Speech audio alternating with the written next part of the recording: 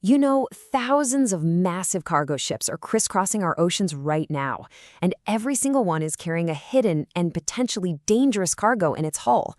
Today, we're going to look at the incredible marine engineering that's working around the clock to keep our oceans safe, one ship at a time. So, let's get right into it. Why are these giant ships being forced to clean their water in the first place? Well, the answer is actually tied to one of the biggest challenges in global environmental protection, and it all starts with the water these ships need just to stay afloat and balanced.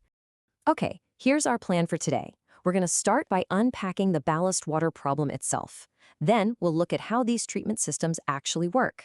After that, we'll dive into a tech showdown between the two main players, UV and EC.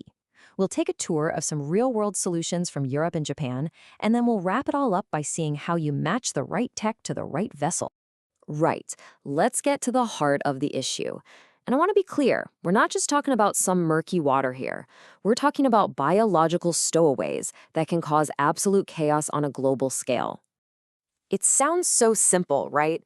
A ship picks up water in one port to stay stable, that's the ballast water, and then releases it at its destination.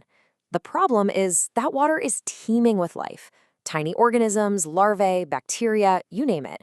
When that water gets discharged thousands of miles away, it can introduce invasive species. Think of the zebra mussels in the Great Lakes that just completely wreck local ecosystems. And that is why regulators like the International Maritime Organization and the U.S. Coast Guard had to step in and say, okay, enough is enough. You have to treat this water. So, how in the world do you solve a problem this big? I mean, you can't just dump a bunch of chemicals into the ocean. The solution is a really sophisticated piece of gear called a Ballast Water Management System, or BWMS for short.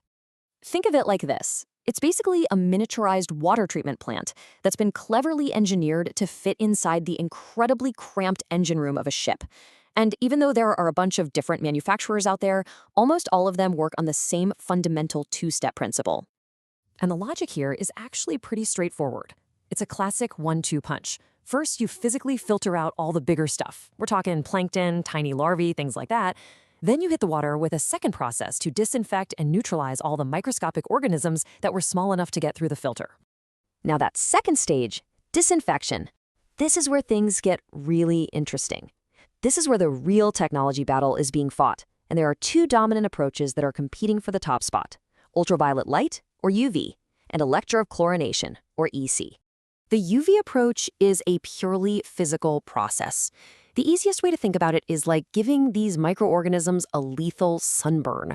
After the water is filtered, it flows through a chamber where it's blasted with incredibly powerful UV lamps. This light just obliterates their DNA and makes them totally harmless. And get this, many systems treat the water a second time on the way out just to be absolutely sure nothing survives. Now, electrochlorination takes a totally different path. It's a chemical process, but it's incredibly clever. Instead of having to carry big, bulky tanks of disinfectant, the system actually makes its own on the spot. It takes a small amount of seawater, runs it through an electrolytic cell, and uses electricity to turn the salt in the water into a chlorine-based disinfectant. That disinfectant is then injected into the main flow of ballast water, where it kills off any remaining organisms. So let's just quickly break down the key difference here. With UV, you've got a physical process. No active chemicals are added, you're just zapping the organisms with light. With EC, it's a chemical process that actually creates its own disinfectant from the seawater itself. And this is a big but, you can't just dump chlorinated water back into the ocean. So EC systems require one final step. They have to neutralize that disinfectant before the water can be safely discharged. All right, so let's take these technologies out of the textbook and see how they actually perform in the real world. We're going to start our tour in Northern Europe, which is home to some of the pioneering companies that have really become leaders in this space. And you have to start with a huge milestone from Norway's Optimarin. These guys literally made history. They earned the very first U.S. Coast Guard type approval for their system, which was a massive deal. It basically set a new global benchmark for what compliance and reliability should look like. Their system uses UV technology, and it's all about being flexible and reliable. It has this really smart modular design, which means it can be scaled and configured to fit just about any ship, no matter how tight the space is. And get this, it's smart too. The system actually adjusts the power of the UV lamps based on how clear or murky the water is.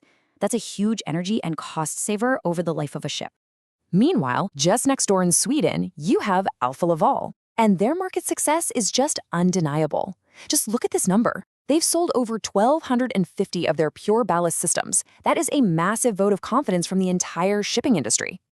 Their UV system is another heavy hitter, and it's also fully approved by both the IMO and the U.S. Coast Guard.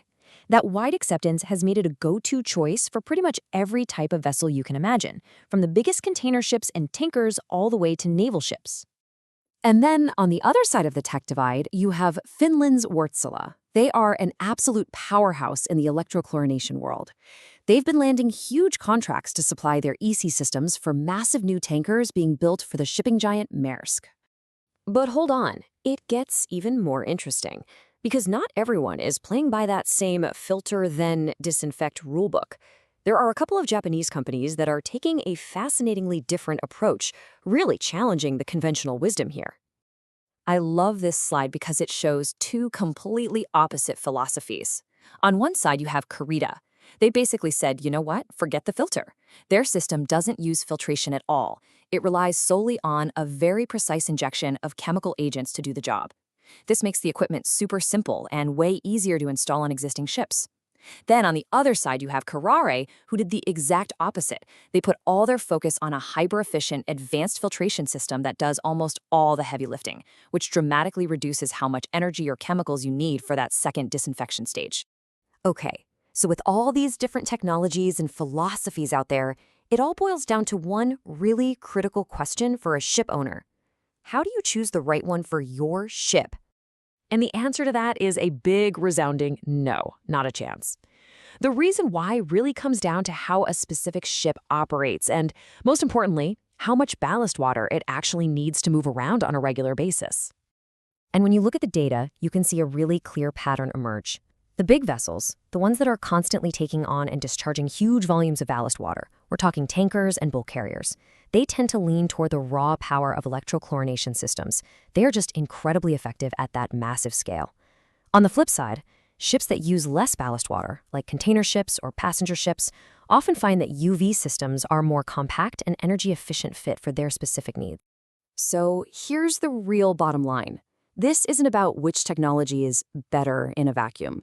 It's about finding the best tool for the job, the most efficient, the most compliant, the most cost-effective solution for a ship's unique mission.